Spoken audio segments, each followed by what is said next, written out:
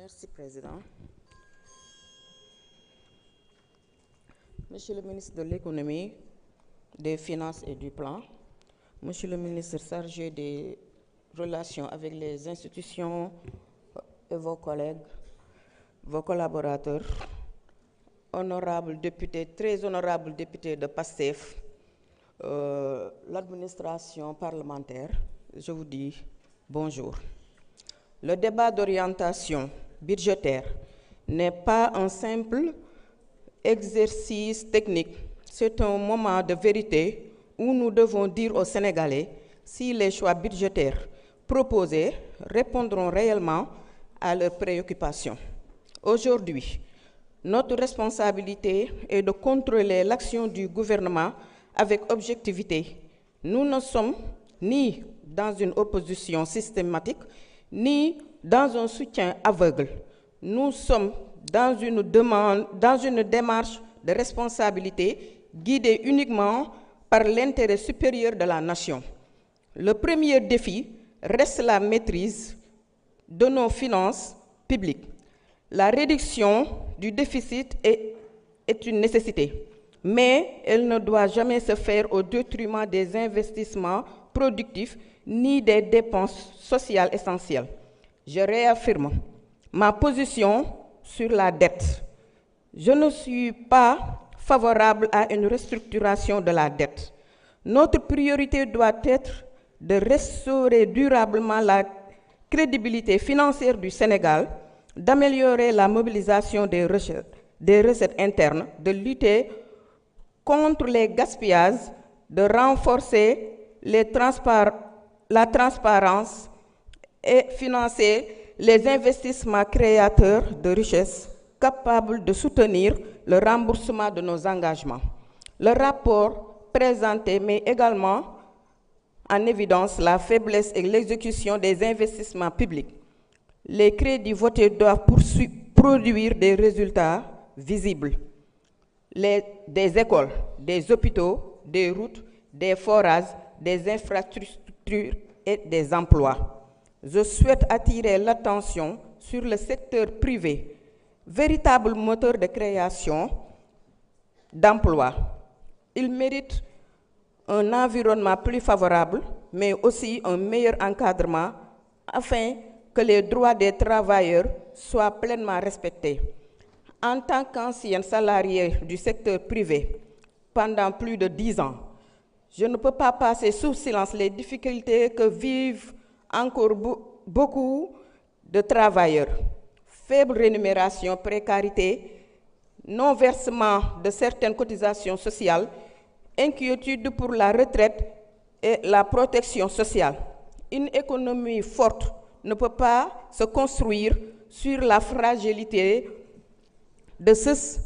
qui créent la richesse. J'insiste également sur l'urgence de renforcer les politiques en faveur de l'emploi des jeunes. Notre jeunesse attend des emplois stables, des formations adaptées aux besoins du marché, un meilleur accès au financement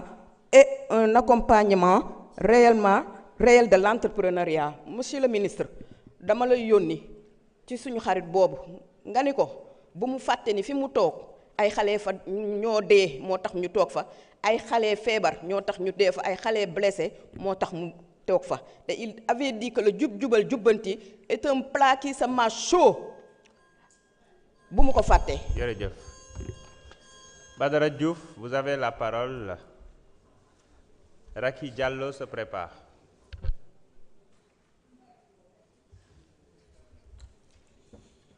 Monsieur le Président, Monsieur le Ministre, chers collègues, Monsieur le Ministre, parcourir nañ document bi wala résumé document bi gis nañ ne cadrage national bu am solo la boo xam ne mën nañ ne 46 départements yëpp am na loo xamante ne bi état moo ngi ko fay prévoir en termes de l'économie. Monsieur le Ministre, bu ñu waxee man ci département bi ma jóge muy Bambey nga xam ne ñun dañu yàgg di xeex pour def Bambey un véritable pôle de développement ñu am université Alioune Diop nga xam ne mën nañ ne wala wax nañu waxaat ne mooy benn jumtuwaay boo xam ne mën na générer emploi waaye itam mën na renforcer économie mbay mi ma nga fa ak leneen ñu yàgg di jooy naka la ñuy def pour gën a renforcer université bi yokk budget CROUS bi aussi ñu yokk ko ndax xam ngeen ne Bambey département la boo xam ne dafa abrité université ñu bare di fa yeewoo conditions yi étudiants yi di jànge ñu xoolaat ko mais itam côté santé bi ndax dëkk boo xam ne université bu toll noonu ma nga fa jàpp naa ne war na mën a am hôpital niveau 1 wala niveau 2 boo xamante ne nii mën na méngoo ak dayam document bi gis nañ ko waaye ñuy joxe suñu xalaat rek ne investissement yu mel nii war na mën a am impact bu baax ci population bi impact ci seen condition de vie ndax bu ñu xoolee monde rural bi jeunesse bi surtout jigéen ñi mën nañ ne depuis 1960 même politique bi moo fi nekk bu ñu demee ci financement classique yi formation wu jeunes yi bëri na liñ ciy wax mais dëgg-dëggu impact bi duñ ko gis ci population bi loolu aussi war nañ ko xoolaat bu baax a baax ndax li ñu seetlu mooy bu dee ci côté financement yi ay ciblage lay doon yoo xamante ni mën nañ ne sax politique la te jàpp naa ne malgré milliards yi ñuy injecté ak lépp bu ñu continuer di doxe noonu aussi dañuy xel di wax économie dañuy xel di wax développement mais résultat bi duñu ko gis ci loolu ñu war a xoolaat monde rural bi ñu gën a investir ci périmètre maraîcher yi surtout ci zone yi nga xamante ne yi dañuy bay loolu jàpp naa ne bu ñu ko defoon mooy gën a mën a régler situation bi ci la askan bi di gën a gis seen bopp moo gën financement yi ñuy joxe li ci ëpp nga xam ne politique la li ci ëpp nga xam ne yaama neex la bu ñu waxee aussi ressources naturelles yi monsieur le ministre bari nay département yoo xam ne am nañu ko te gisuñ ci seen bopp bu ñu jëlee Bambey yi tey ak le phosphate nga xam ne ci phosphate bi fi gën ci la bokk département bu yàlla wërsëgalee lu toll noonu jàpp naa ne war nañ koo mën a jàppale ba mu mën a gis boppam ci loolu aussi war nañ koo gën a bàyyee xel hydraulique rural bi mënuñu wax développement ci monde rural bi monsieur le ministre te waxuñu ndox mu doy waxuñu ndox mu sell boo demee ci àll bi population bi ñu ngi ci souffrance bu méttee loolu nag ñu war a dem ci gën a xoolaat ndox mi naka lay yembe waaye ouvrage yi aussi naka lañ koy toppatoo waaye itam fexe conflit yi nga xam ne ñu ngi ci monde rural bi te li ci ëpp fermier yi ñoo ko andi loolu aussi ñu régler ko population bi mën a jot ci ndox mi fi ñuy tëj rek mooy infrastructure yi aussi ñu jàppale monde rural bi jàppale communes yi aussi ñu fexe am yoon yoo xamante ne dina yombal seen dem ak seen dikk. Vous avez la parole. Farmer Ba se prépare.